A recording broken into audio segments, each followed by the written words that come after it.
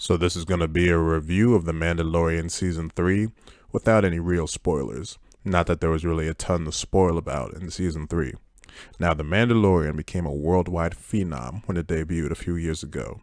The initial season, Season 1, was the first thing that really launched Disney+. People really enjoyed the show, showed a new perspective of Star Wars, and Grogu obviously caught the world by storm. And then Season 2, which came out a year later, was even better. Really took things to the next level when it came to storytelling and the emotional connection between Din Djarin and Grogu. Other than Rogue One, a Star Wars story, it's really the only Disney Star Wars thing, The Mandalorian and Rogue One, that is universally loved. And now, I liked Season 1, it had its flaws. Definitely loved Season 2. But in between Season 2 of The Mandalorian and now, Star Wars has seen some mixed results when it comes to these other Disney Plus shows. You had first The Book of Boba Fett, which was hot garbage. Then you had Obi-Wan Kenobi, which got a bit of a mixed reception from some fans. Me, based on the one time I've seen the show, I thought it was pretty solid and okay. And then you had Andor, which was definitely something special in terms of its tone and cinematic filmmaking that went into it, and overall was a pretty good show. Now, this season, Season 3 of The Mandalorian, sees the continued adventures of Din Djarin and his little foundling, Grogu. Now, part of the reason I didn't have a whole lot of super hype for Season 3 going in was because Season 2 of The Mandalorian provided a really emotional, great climax and ending to the story of Din Djarin and Grogu. That was the whole point of Season 1 and 2, was bringing him back to his people, in this case the Jedi. Then the Book of Boba Fett came along and then just undid all of that, reuniting the two after the whole point of Season 1 and 2 was to bring him back to the Jedi. The obvious reason for bringing Grogu back here is because Grogu was such a moneymaker from Season 1 and 2 that they realized, holy shit, we just can't get rid of him. We're making too much money off toys, merchandise, the whole thing. Because of this, Season 3 of this show was obviously not really written with Grogu at the forefront. Because of this, there will be episodes where he really just has nothing to do but provide cute diversion. At the end, Lizzo, or the gold helmet lady Mandalorian, will give him some kind of knighthood or reward for no reason whatsoever.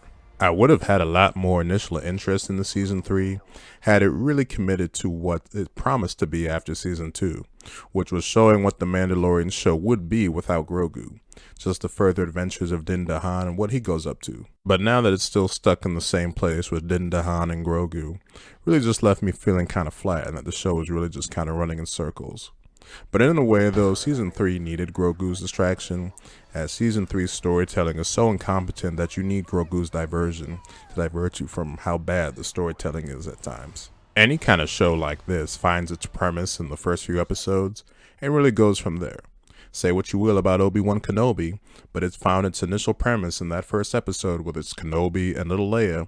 He's on a mission to protect her or find her, and it goes from there.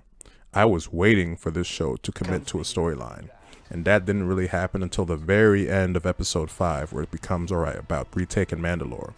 But then it quickly goes off the rails with episode 6, with a droid whodunit featuring Jack Black and Lizzo randomly. This isn't the first time The Mandalorian has had lackluster storytelling.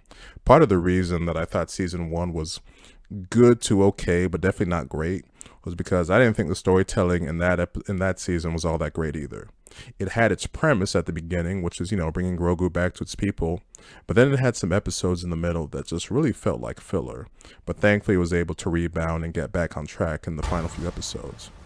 As the story goes in this, it's just the random adventures of Din Djarin and Bo-Katan.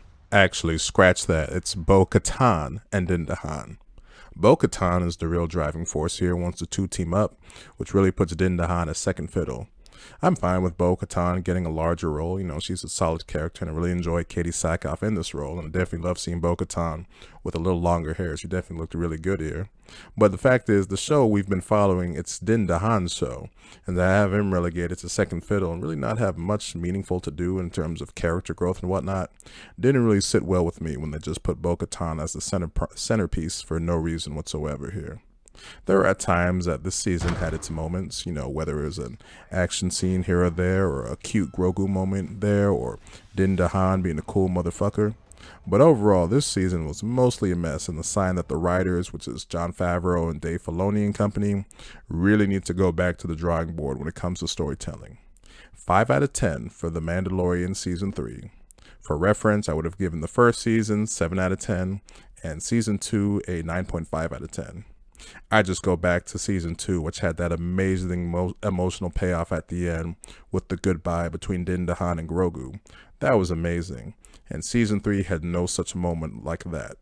Here's hoping Ahsoka is better. Recently at Star Wars Celebration, they said that the story of Din Djarin and Grogu was going to end with a movie, like an actual cinematic movie in the theaters. Now, whether that actually ends up happening is a different story. But if they do an actual movie, that'll almost force them to have better storytelling. Because that way you can't get episodes like here in Season 3, like the random episode where it's just not even a Mandalorian episode, like an episode where it's like some government espionage thing featuring 2 characters we hadn't really seen before.